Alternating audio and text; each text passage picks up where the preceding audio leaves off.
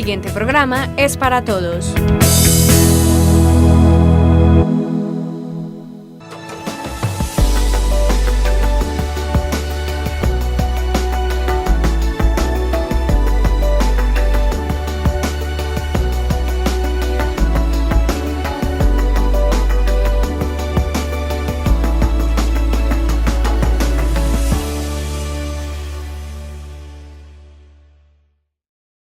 Televidentes de Tinteando con la Firma, buenas noches. Nuestro tinto de hoy, que es de los Andes Cooperativa, nos lo vamos a tomar con unos invitados muy especiales. Ya han estado acá en anteriores programas, y es la psicóloga Diana Margarita Restrepo y Alejandro Vélez Posada, que vuelvo y le digo a través de la casa, más conocido que yo.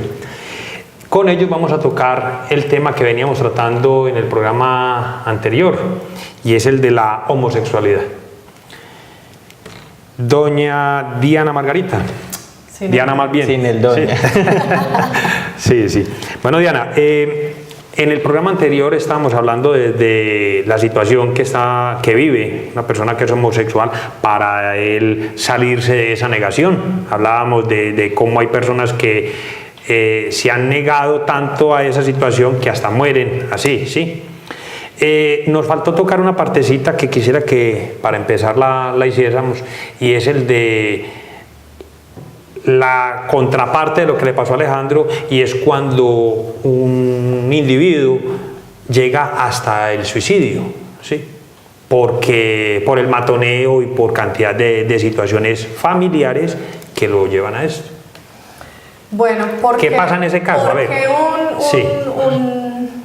Un chico o una chica que tenga tendencia homosexual se suicida, pues pueden ser muchas las razones, ¿cierto? Pero yo pienso que la más neurálgica y la más delicada es el temor, o el temor a aceptarlo y el temor a decirlo, o cuando se atreve a aceptarlo y lo dice, la no aceptación de los demás. Entonces el sentirse solo, abandonado, el sentirse excluido, no respaldado, excluido, genera una cantidad de sentimientos que para muchos es tan doloroso, no lo soportan, que la única opción que ven es la muerte.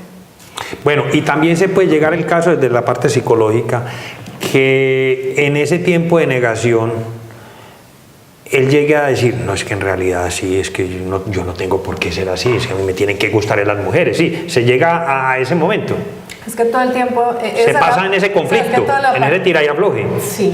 Perdón que interrumpa, Diana, es tanto así que hay personas homosexuales que tienen familia, están casados y tienen hijos, y el conflicto puede prestarse en algún momento a salirse de las manos para que se exteriorice de pronto su condición sexual.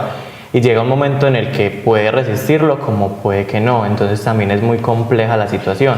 La negación, como usted lo decía ahorita, puede llegar hasta el suicidio o hasta morirse con esta condición pues como guardada y reservada, como hasta formar una familia, que también se ha visto en muchos casos, y entonces ahí también se presta para otros conflictos que vuelven a influir el entorno familiar y social, que es lo que vamos a hablar hoy. Bueno, Diana, y ese conflicto también abarca a las personas que, como lo decía usted, ni hombres ni mujeres, no, quiero estar solo. Sí. Sí. Que también son señaladas, es decir, pero ¿por qué no tiene novio? Pero usted ¿por qué está sola? Pues usted no se mantiene con nadie. Pero ¿por qué no tiene hijos? Pero ¿por qué no tiene hijos? Porque usted no se va a casar y se va a quedar sola toda la vida. Entonces, es también esa presión social que ejerce. Claro, y para eso pues uno tiene que estar ahí muy seguro de lo que quiere para poder afrontar todas esas presiones. Y no caer en una depresión, en una tristeza o en bueno, entonces yo qué voy a hacer, confundido, y optar por otras salidas que no sean las más adecuadas. Bueno, este joven o esta joven que nos está viendo puede decir, no, definitivamente mi situación amerita que yo hable con un psicólogo, voy a buscar a Diana.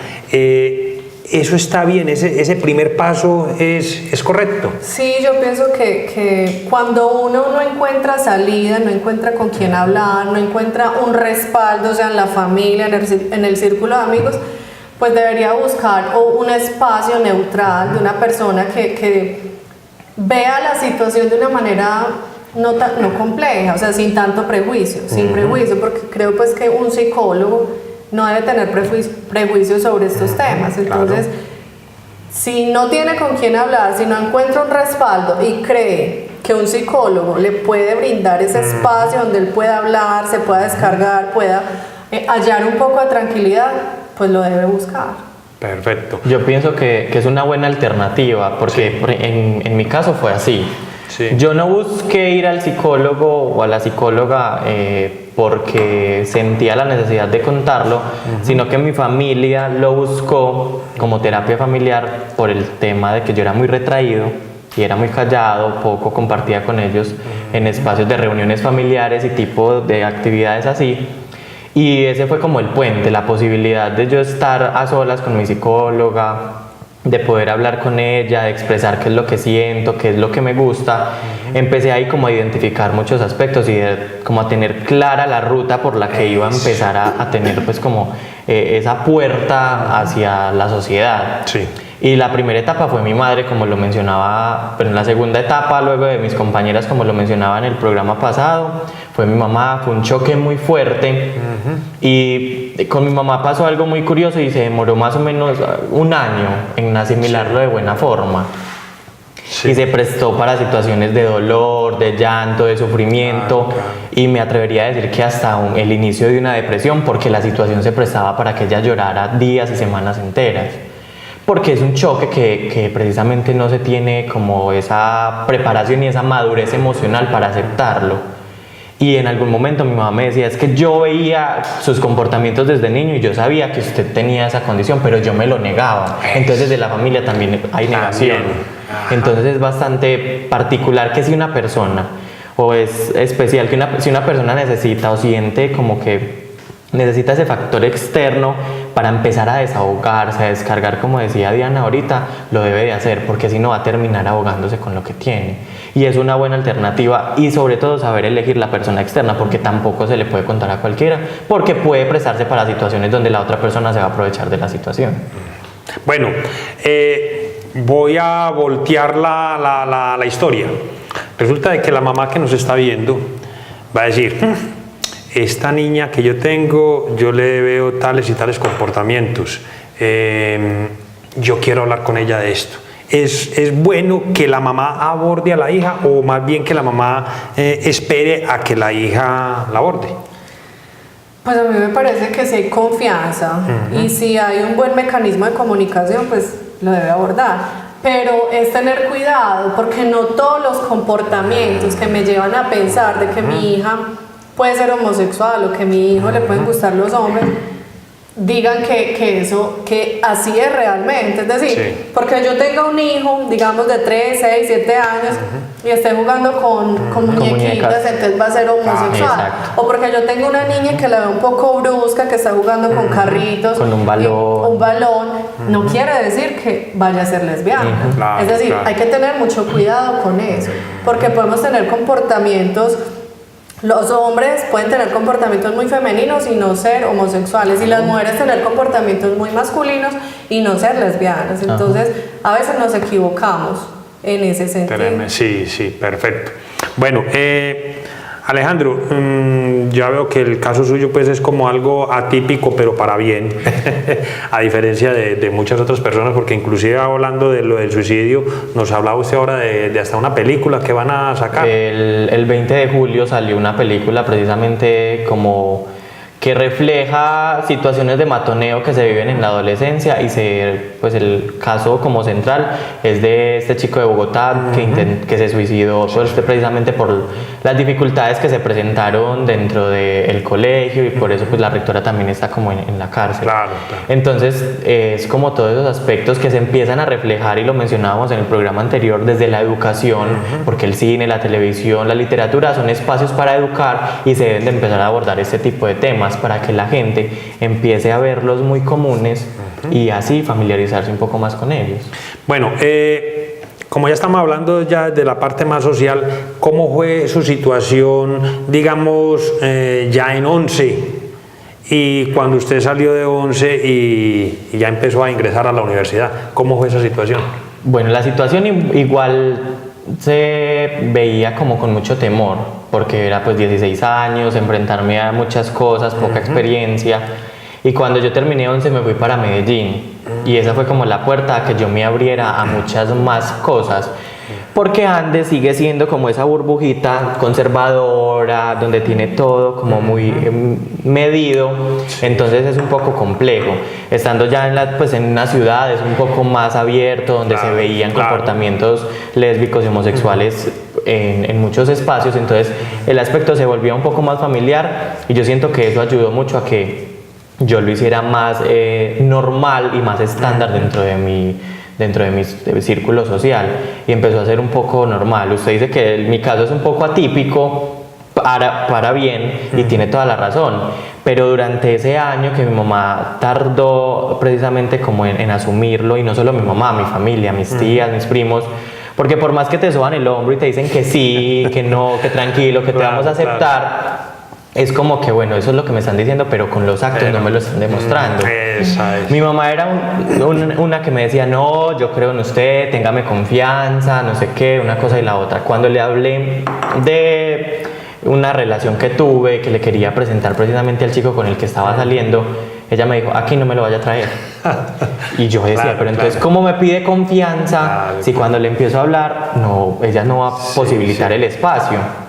Y tengo casos de conocidos donde se presta pues como para ese tipo de situaciones, donde la mamá te soba al hombro y te dice no, contá conmigo, pero cada que vas a salir te pregunta para dónde vas, con quién vas, llegaste ahora porque entonces qué vas a estar haciendo. Entonces la desconfianza también parte ahí.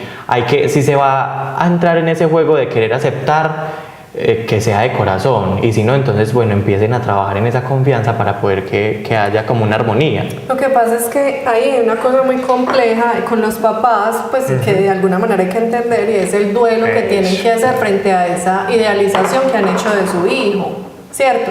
De alguna manera los hijos son una extensión del papá y la mamá. Entonces ellos quieren para sus hijos unas cosas y quieren lo mejor. Cuando su hijo muestra que lo que quiere el papá o la mamá no es lo que quiere él, entonces ahí hay un choque, y más de este lado, ¿cierto? Entonces hay que entender que ellos tienen que hacer un duelo, la idealización de ese hijo se cae y tienen que empezar a aceptar realmente el hijo que tienen, no el que ellos soñaban, sino el hijo que ellos tienen. Entonces eso tarda, igual la familia, porque alrededor de eso inconscientemente se han creado muchos ideales. Entonces cuando eso cae, para reconstruir esos otros tarda, y ahí es donde empieza la tristeza, pero es necesario que se haga. Pero me gustó esa frase que usted dice, los hijos son una extensión de los padres. ¿Por qué? ¿A qué voy con esto? Uno como padre, y me lo dicen muchas parejas, hombre, yo quisiera tener un hijo ingeniero, un hijo sacerdote, un hijo médico, un hijo abogado, ¿sí? Y como le dice usted, se le cae a uno toda la estantería cuando le salen a uno con esto, ¿sí? Porque es lo que yo quiero, pero yo no sé de mi hijo qué es lo que quiere. Y caemos en el error de no preguntar o no entender o no sentarse a escuchar realmente mi hijo qué quiere, cuáles son los gustos de mi hijo, porque es que ese hijo tiene muchas particularidades y es un ser individual diferente a mí. Claro. Entonces tengo que escucharlo, pero a veces los papás se niegan no aceptan a eso. Así es.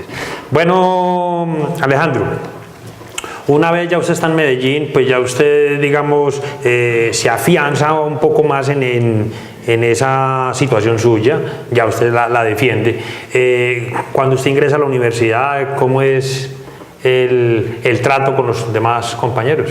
Bueno, cuando yo ingresé a la universidad era como el menor del grupo, y eso también de pronto posibilitaba un poco como el entorno, porque eran personas que no eran muy viejas, no pasaban de los 30 años, entonces de pronto tenían un poco el panorama más amplio, y más porque eran chicos de ciudad, entonces eso posibilitaba mucho.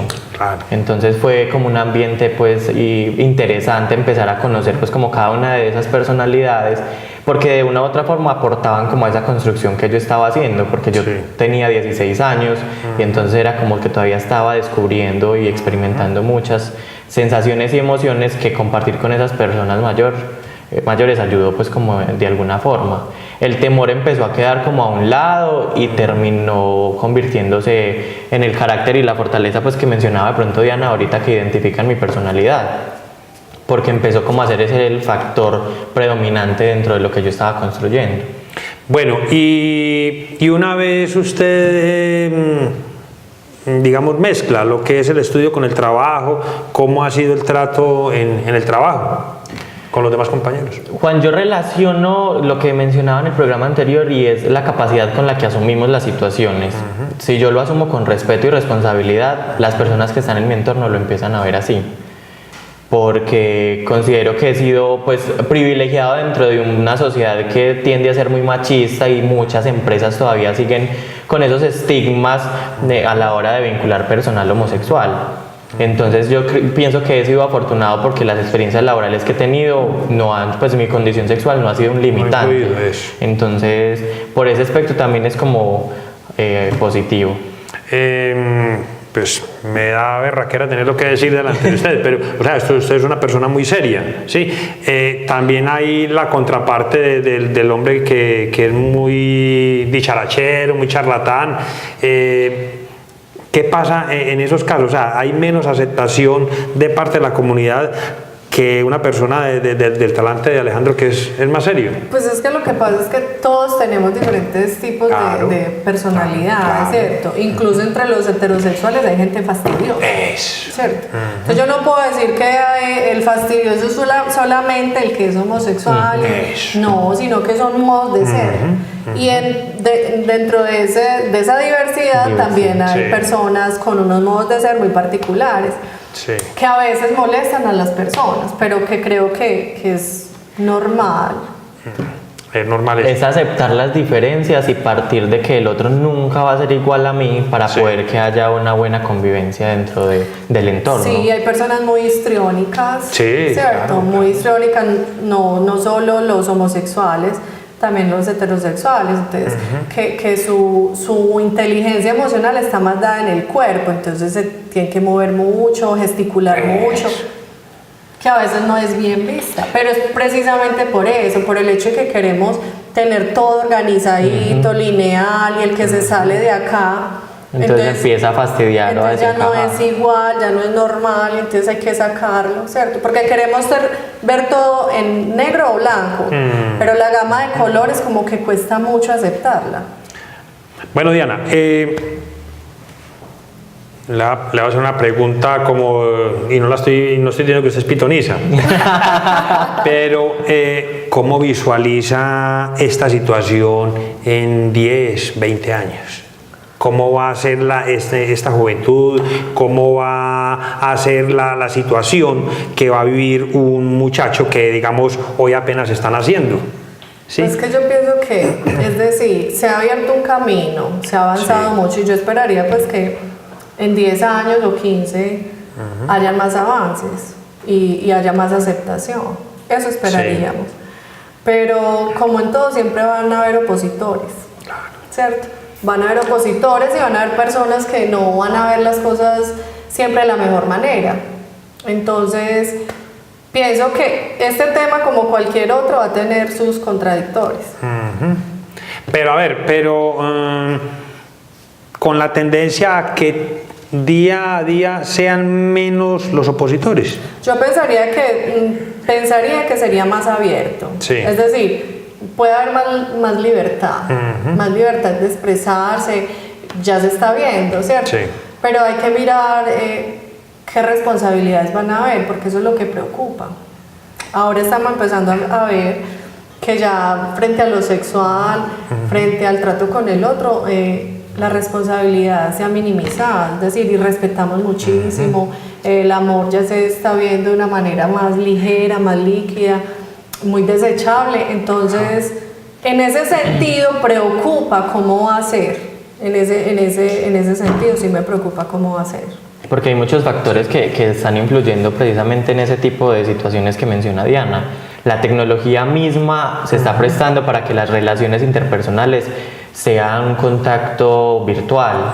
Y desde ahí también parte mucho el trabajo que en 10, 15 años pueda darse y hacerse. Eso, ¿hacia dónde está? En Colombia, por ejemplo, desde el 2011 empiezan a verse como algunos pinitos, algunas humo blanco, por decirlo de alguna forma, frente al tema de la aceptación y la inclusión de las personas de la comunidad LGBTI, precisamente con lo de empezar a permitir que se hagan matrimonios, Sí.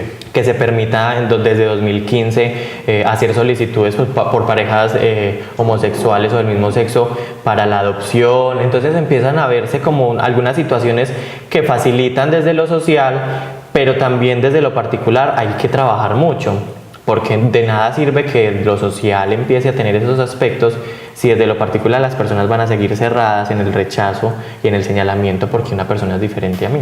Es que para nadie es un secreto, y metámosle un poquito de política a esto, para nadie es un secreto que esta votación que hubo hace días del sí y el no, y que ganó el no, creo que influyó mucho por parte de las comunidades evangélicas el hecho de que se estaba hablando de esto de los gays y que no se podía aceptar que, o sea, había una pregunta en la cuestión de paz que iba a influir con los homosexuales, y de ahí que estas comunidades evangélicas optaron por votar por el no. O sea que mire que, como lo decía usted, esa doble moral, ¿sí?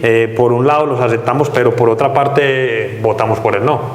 Desde la parte religiosa yo siento que, o por lo menos desde el aspecto católico, Sí. se han dado también algunos espacios y avances precisamente con la llegada del Papa Francisco. Sí, sí. Porque el Papa Francisco llegó y empezó como a abrir un poco la iglesia a esos rincones o a esos aspectos sociales que estaban de pronto un poco señalados y que siguen estando señalados por muchos sacerdotes, pero que no siguen precisamente como el lineamiento del Papa.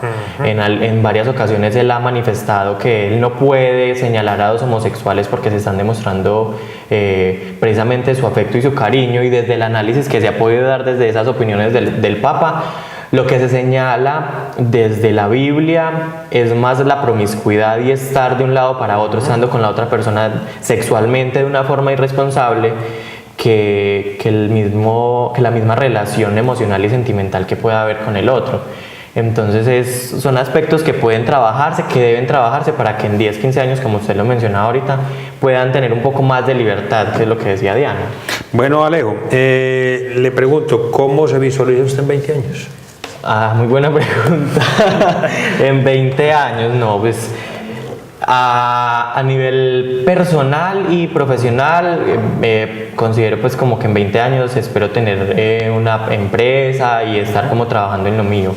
Y yo desde que salí del closet he sido como un luchador por precisamente la aceptación de las personas LGBTI dentro de lo social, y me gusta hablar de la equidad y no de la igualdad, porque la igualdad no existe, existe la equidad. La equidad, sí. Entonces pienso que puedo todavía hacer algunos aspectos, y en 20 años espero tener como esa satisfacción de que tuve que ver en la aceptación y la libertad que pueda darse dentro de Colombia en este aspecto. Pero usted se visualiza solo, se visualiza con una pareja.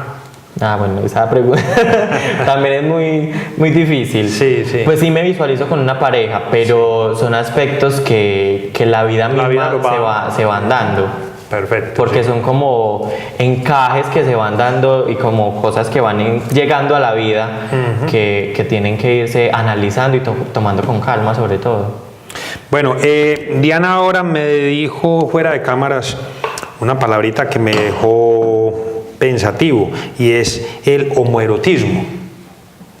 Expliquémonos a nosotros y a la comunidad qué es ese erotismo, ya para terminar. Bueno, lo que pasa es que la homosexualidad es una forma de decir que hay una manera diferente de expresar el erotismo. Entonces, ese término lo utilizan para decir que el homoerotismo es otra condición de la sexualidad, o sea, o del erotismo, ¿cierto? Es el erotismo entre dos personas iguales. Esa es la palabra, Pues sí. se escucha, no sé si los televidentes lo habrán escuchado, pero Es un poco nueva, pues como el término es un poco nuevo, entonces de pronto es difícil que lo hayan escuchado, pero esa es como la definición. Bueno, a ver, ya se nos acabó el programa y queda mucha tela para cortar, pero Diana, quiero seguirla viendo por acá en AUPAM porque en realidad el tema es importante. Claro. Alejandro, le agradezco pues que haya atendido nuestra invitación. ¿Cómo se sintió? No, muy bien, Juan, y quisiera aprovechar las cámaras como Sí. para enviar un mensaje Ajá, sobre todo a las familias, que fue como el aspecto con el que empezamos el programa. Claro. Y es para que tengan como esa seguridad de aceptar precisamente a sus hijos, sobre todo como para los padres, para que acepten a los hijos sea cual sea la condición sexual, sea cual sea su elección de vida profesionalmente. Entonces, como el aspecto de aceptar que es mi hijo, y ahorita detrás de cámaras mencionábamos algo, o sea, es que yo a mi hijo heterosexual no lo acepto, es mi hijo, y sea cual sea su condición, deben de empezar a asimilarlo. Y sobre todo el acompañamiento y la confianza que deben de tener los padres de familia con las personas cuando salen del closet, y precisamente tienen esa confianza de aceptar con ellos y delante de ellos la preferencia sexual, porque uno lo que busca en ellos es precisamente como el apoyo, como ese respaldo para que sea como la catapulta para salir a una sociedad que en cualquier momento se lo va a querer devorar porque es diferente.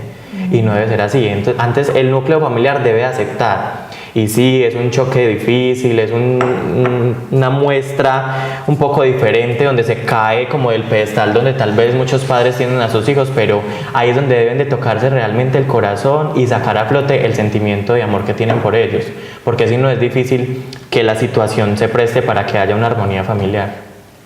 ¿Y qué dice Diana ya para terminar? sí, apoyo pues esa postura que tiene Alejandro.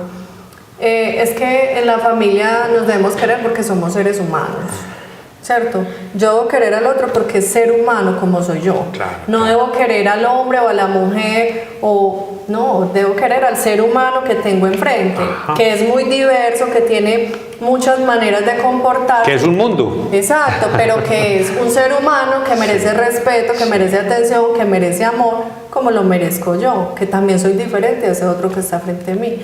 Entonces pienso que es tener mucho respeto frente a las diferencias. La Y palabra tolerancia cabe ahí. ser tolerante a la diferencia y entender que en una casa somos 5, pero son 5 munditos muy diferentes, con múltiples gustos que no tienen que ser iguales a los de papá y mamá.